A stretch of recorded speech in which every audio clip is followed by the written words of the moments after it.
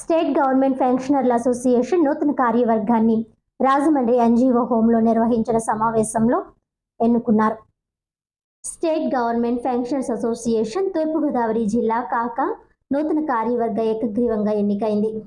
3 ఏళ్ల కాల పరిమితి గల నూతన కార్యవర్గ ప్రమాణ స్వీకారం స్థానిక ఎన్జీఓ హోంలో జరిగింది.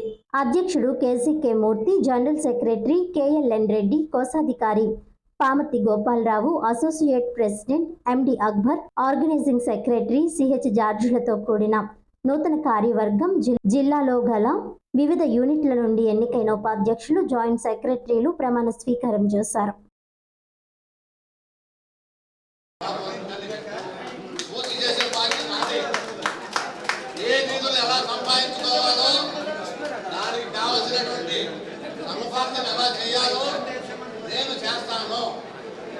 చేసే దమ్ము ధైర్యం నాకుంది.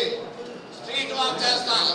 ఏ వీధిలో ఏ పెన్షనర్ ఉన్నాడో వాళ్ళందరూ గడప గడపకి తీసుకుని మన ఈ యొక్క కలెక్షన్ కమిటీ అనేది సపరేట్గా వేసుకుని మనం దాన్ని సమాయత్తం ఒక వారం రోజుల్లో రిలీజ్ చేసి మనం అందరం కూడా స్ట్రీట్ వాక్ చేసి వీధి వీధికి తిరిగి ఏ వీధిలో మేము రామలింగేశ్వర ఉన్న టైంలో మేము చాలా వీధులు తిరగబట్టే మనకి అక్కడికి 20 లక్షలు పోగు పడింది.